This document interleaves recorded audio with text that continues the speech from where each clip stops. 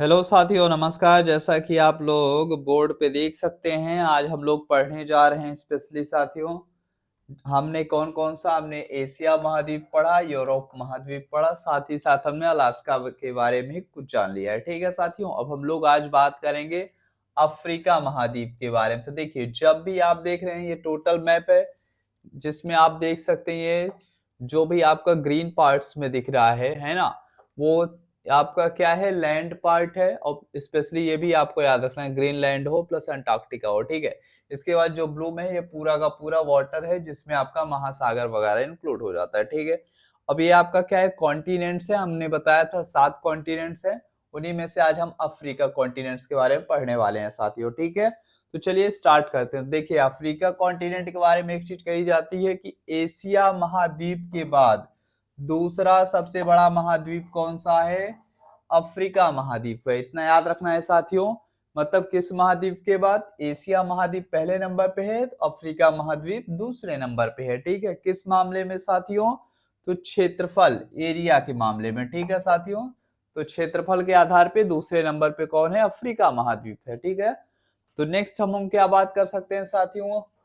तो हमने क्या जाना कि जो ये अफ्रीका महाद्वीप है दूसरे नंबर पे है, और इसमें आप क्या इंक्लूड कर सकते हैं कि ये एक ऐसा महाद्वीप है जिससे क्या होता है, इक्वेटर लाइन, जो आपकी भूमध्य रेखा है, आप देख सकते हैं ये वाली लाइन है, अफ्रीका महाद्वीप से गुजरती है। ठीक है, फिर दूसरा क्या याद रख सकते हैं आप, इक्वेटर हो गया। उसके बाद जो ट्रॉपिक ऑफ कैंसर है, कर्क रेखा है, वो भी अफ्रीका महाद्वीप से गुजरती है। मतलब 23.5 डिग्री उत्तरी अक्षांश, जिसे आप कर्क रेखा बोलते हैं, वो भी अफ्रीका महाद्वीप से गुजरती है। ठीक है, और यही सेम चीज आप क्या बोल सकते हैं, 23.5 डिग्री दक्षिणी अक्षांश, मतलब 23.5 डिग्री दक्षिण अक्षांश, मतलब जिसे ट्रॉपिक ऑफ कैप्रिकॉर्न मतलब मकर रेखा बोलते हैं जिसको साथियों, वो भी क्या है, अफ्रीका महाद्वीप से गुजरती है। इसका मतलब क्या कह सकते हैं आप कि जो आपका कर्क रेखा है, भूमध्य रेखा और साथ ही साथ मकर रेखा, कौन कौन सी, कर्क रेखा,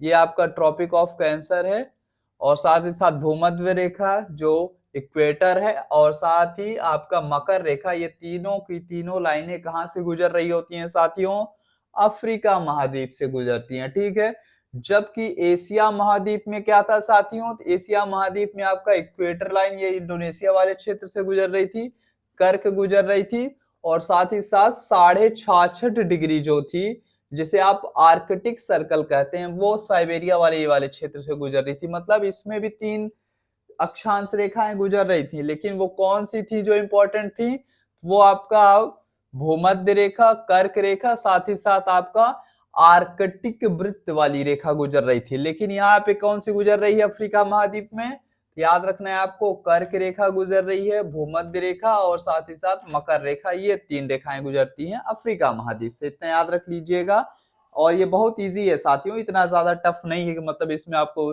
ज्यादा सोचना पड़े। हाँ, एक चीज और अगर आप याद रखना चाहते हैं तो कौन सी नदी किस रेखा को काटती है हम बता सकते हैं।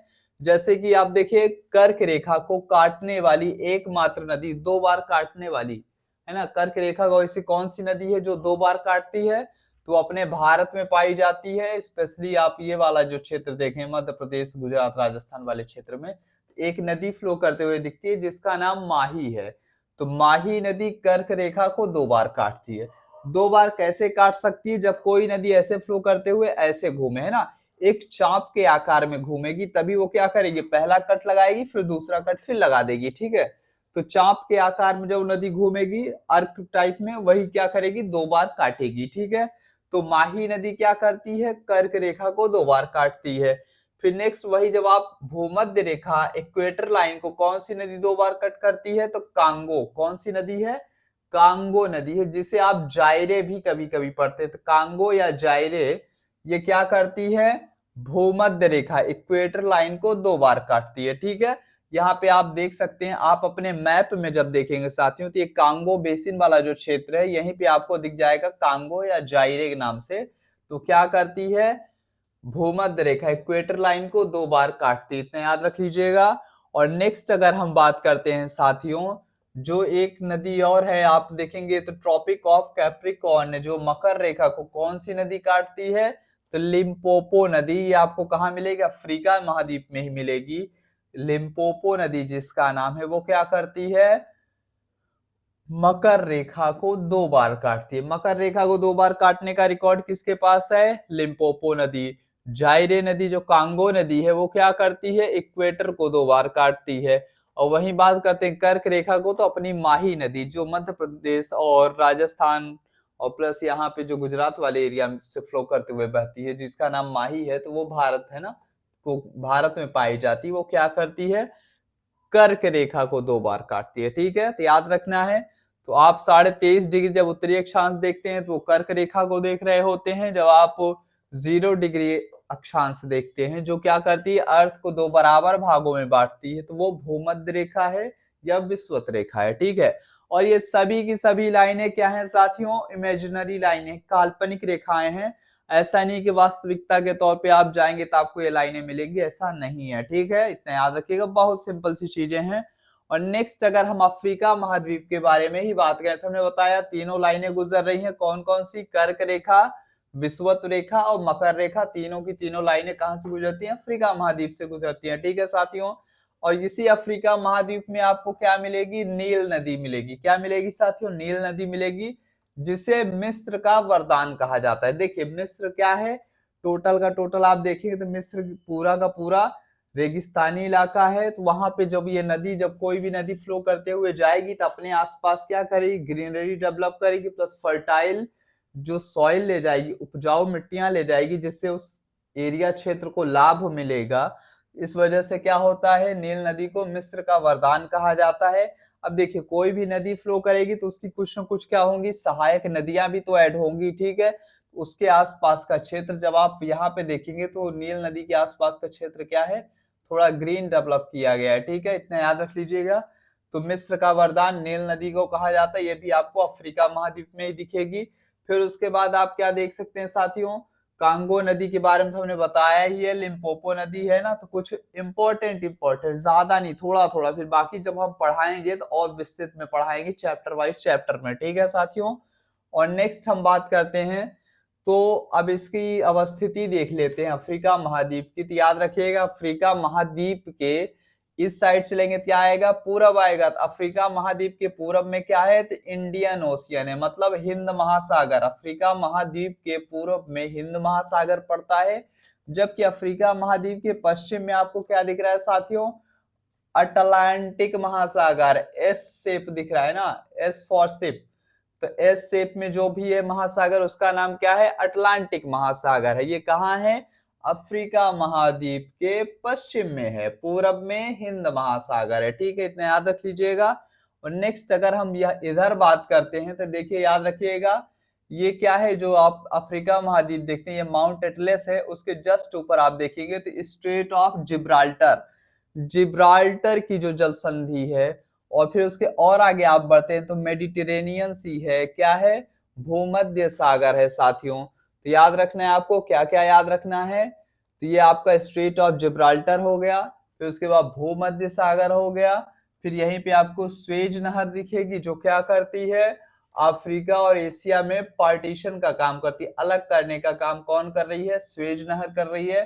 फिर इधर आप देखेंगे तो रेड सी, लाल सागर हो गया, और नेक्स्ट इधर देखेंगे तो अरेबियन सी मिलेगा। ठीक है, मतलब स्ट्रेट ऑफ जिब्राल्टर, भूमध्य सागर, लाल सागर और ये अरब सागर, ये सभी के सभी मिलके क्या करते हैं, अफ्रीका महाद्वीप को यूरेशिया मतलब यूरोप और एशिया से अलग करने का काम कौन करते हैं, स्ट्रेट ऑफ जिब्राल्टर, भूमध्य सागर, रेड सी और इसके बाद क्या है, अरेबियन सी है ना। तो ये चारों के चारों मिलके क्या कर रहे हैं, अफ्रीका को यूरेशिया से अलग करें। यूरेशिया मतलब यूरोप और एशिया का क्षेत्र है ना, तो क्या कहलाता है, यूरेशिया कहलाता है। बस बस यही आपको छोटा सा चीज याद रखना है। ठीक है, तो क्या क्या आप बता सकते हैं, अफ्रीका महाद्वीप के पूरब में इंडियन ओशियन है, हिंद महासागर, एशिया। और यहाँ देखिए एशिया को अलग करने का काम कौन कर रहा है, तो याद रखिएगा जो एशिया को अलग कर रही है अफ्रीका से, स्पेशली स्वेज नहर है। स्वेज नहर क्या करती है, आप देखेंगे मिस्र के क्षेत्र में आती है, और यहाँ पे ये जो जुड़ा हुआ क्षेत्र है इसको अलग करने का काम कौन करती है, स्वेज नहर करती है। ठीक है साथियों, तो उम्मीद करते हैं ये वीडियो आपको पसंद आया होगा। हाँ, अगर और हम इसके बारे में कुछ जानना चाहें तो कह सकते हैं अफ्रीका महाद्वीप को अंध महाद्वीप कहा गया है। क्या कहा गया है साथियों, अंध महाद्वीप। किसे कहा गया है, अफ्रीका महाद्वीप को। अब इसका कहने का रीजन क्यों है, क्योंकि ये वाला जो शुरुआती क्षेत्र आप देखते हैं, यहाँ पूरा पूरा डेजर्ट एरिया आपको ज्यादा मिलेगा। यहाँ पे ना तो ज्यादा आपको कुछ है ना खास संसाधन नहीं दिखेंगे, स्पेशली जब तक आप और नीचे ये वाले क्षेत्र तक नहीं आ जाते हैं ना, तो आपको ज्यादा कुछ खास नहीं मिलने वाला। जब सहारा मरुस्थल जैसे ही आप पार करेंगे तब आपको अफ्रीका में कुछ संसाधन वाले एरियाज दिखने शुरू हो जाएंगे। अब जब ये वजह होती थी, जब भी यूरोपियन आते थे तो इधर ही पूरा रेगिस्तान में ही खो जाते थे। अब इसका है ना जाहिर सी बात, जब आप इंडिया में एंटर करते थे, इंडिया में आपको तो स्पेशली हर जगह संसाधन दिख रहे हैं, चाहे आप डेक्कन प्लेटू जाइए, चाहे छोटा नागपुर पठार जाइए, या फिर आप इधर से एंटर करेंगे तब भी आपको बेहतरीन है। सारी चीजें क्या होंगी, क्योंकि अगर आप इधर से एंटर करेंगे, कहां से, हिंदू कुश की तरफ से, तो आपको क्या मिल रहा था, फर्टाइल लैंड मिल रही थी, उपजाऊ भूमि मिल रही थी, जहां पे 56 भोग प्रचलित था, बहुत सारी चीजें प्रचलित रही हैं। लेकिन अफ्रीका के साथ कुछ ऐसा था नहीं। तो स्पेशली आप देखेंगे तो माउंट एटलस या तो पर्वत मिल रहा है या तो रेगिस्तान मिल रहा है। यही वजह है कि इसे क्या बोला गया कि अंध महाद्वीप की संज्ञा दी गई। ठीक है, तो अंध महाद्वीप मतलब डार्क कॉन्टिनेंट बोला गया किसको, अफ्रीका महाद्वीप को। ठीक है, और यहीं पे आपको सहारा मरुस्थल भी देखने को मिल जाएगा, माउंट एटलस मिलेगा साथियों, और यहीं आपको अफ्रीका महाद्वीप में ही कालाहारी डेजर्ट मिलेगा, और नामिब, कौन सा डेजर्ट है, नामिब डेजर्ट भी आपको कहाँ मिल जाएगा, ये आपको अफ्रीका महाद्वीप में ही देखने को मिलेगा। ठीक है, और यहाँ पे आपको कटंगा क्या मिलेगा, कटंगा का पठार मिलेगा। कटंगा ये है, कटंगा का पठार आपको यही मिल जाएगा, अफ्रीका महाद्वीप में मिलेगा। और साथ ही साथ आप विक्टोरिया झील बोल सकते हैं, और ताना झील। कौन कौन सी है, विक्टोरिया झील और ताना झील है ना, तो याद रखना है। और आप इसमें कुछ और ऐड कर सकते हैं, तो ऐड करने के लिए अभी इसमें कैपिटल्स ऐड की जा सकती हैं, करेंसी ऐड की जा सकती है, सिटी ऐड की जा सकती है, और मिनरल्स और माइंस क्षेत्र ऐड किए जा सकते हैं। लेकिन ये काफी ज्यादा वीडियो लेंदी हो जाएगा। उम्मीद करते हैं कि आपको बहुत सारी चीजें समझ में आई होंगी। तो आप कुछ अफ्रीका महाद्वीप के बारे में जब भी आप किसी से पढ़ेंगे, डिस्कस करेंगे, तो आप वो सारी चीजें नॉर्मली एक इंटेलेक्चुअल के तौर पे आप अपने थॉट्स रख सकते हैं, बता सकते हैं कि इसके पूरब में क्या है, पश्चिम में क्या है ना। तो ये सारी चीजें आप स्पेशली बता सकते हैं। तो उम्मीद करते हैं आपको बहुत कुछ सीखने को मिला होगा साथियों। तो मिलते हैं अपने नेक्स्ट वीडियो में साथियों, तब तक के लिए बाय बाय।